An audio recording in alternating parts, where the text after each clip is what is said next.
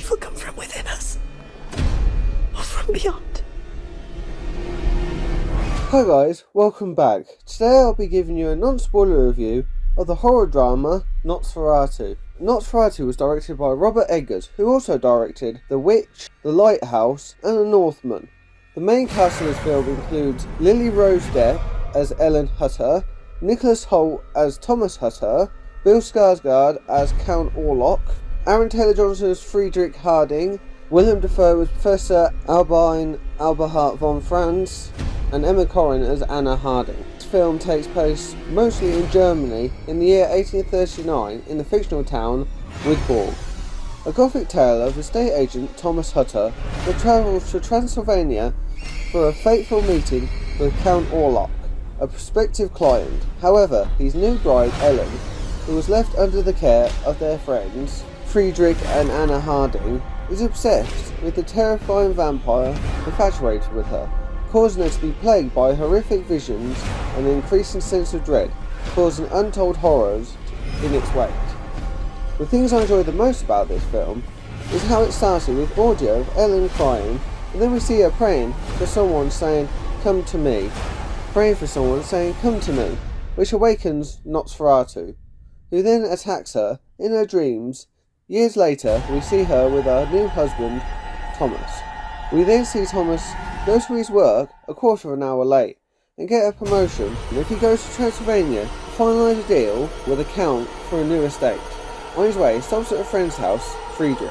After spending the night, he leaves Ellen with his friends before leaving for Transylvania. We then see the boss on the floor in his office doing some sort of worshipping ritual while naked. When Thomas arrives in the village near the Count's castle, everyone dances around near him before laughing and telling him to leave, but instead he stays the night. I also enjoy it when we see the villagers trying to warn him not to go to the castle. Thomas then sees what he believes is a dream. The villagers are sacrificing a virgin woman to a corpse. The next morning, when Thomas arrives in the castle, the Count wants to start straight away with a deal to move to a new estate and insists to be addressed as Lord by Thomas. We then see Ellen with Friedrich, Anna and their kids walking by a beach, and after the night's events, Thomas awakes on the floor and finds that he's been bitten and has a bandage around his wound.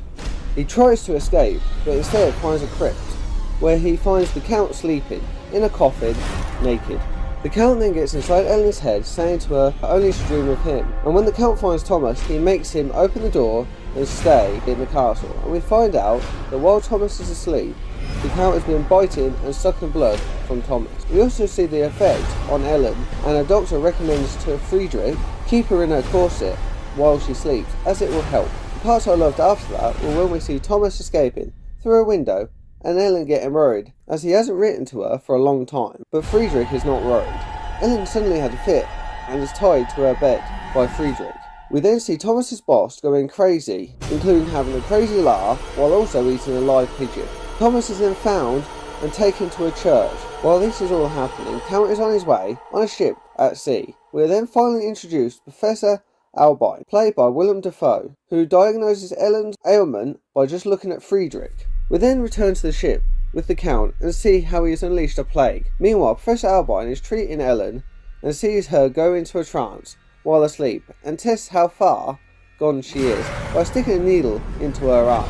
We then see the Count briefly speak through her before we go back to the ship, where we see one of the crew trying to end the plague. And finally, the last parts I enjoyed are when we see Thomas's boss running around the streets announcing the Count's arrival, and at the same moment the Doctor, Professor Albine and Friedrich find the ship crashed ashore, and that it is not an ordinary plague, and Professor Albine realises who might be behind it all.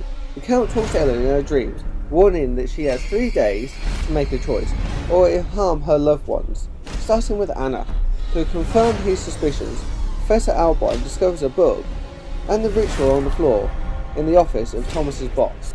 Thomas and Ellen return home, and at one point an argument happens and there is an awkward jiggy scene as Ellen is partially possessed. On the second night, the Count kills 3 of Ellen's loved ones. Thomas, the Doctor and Professor Albine try and attack the Count, while Ellen stays back at home.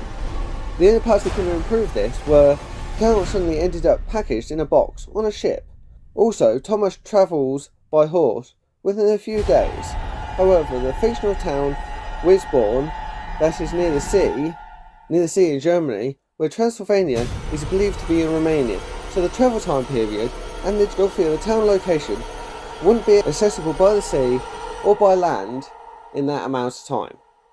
For those reasons, and for reasons I can't give due to spoilers, I'll be giving this film a 7 out of 10. Thank you for watching. Don't forget to like, share and subscribe so you don't miss out on any of the upcoming future content, and I'll see ya in my next video. This creature is a force more powerful than evil. Its desire is to consume all life on Earth. Only you can redeem us. He is coming.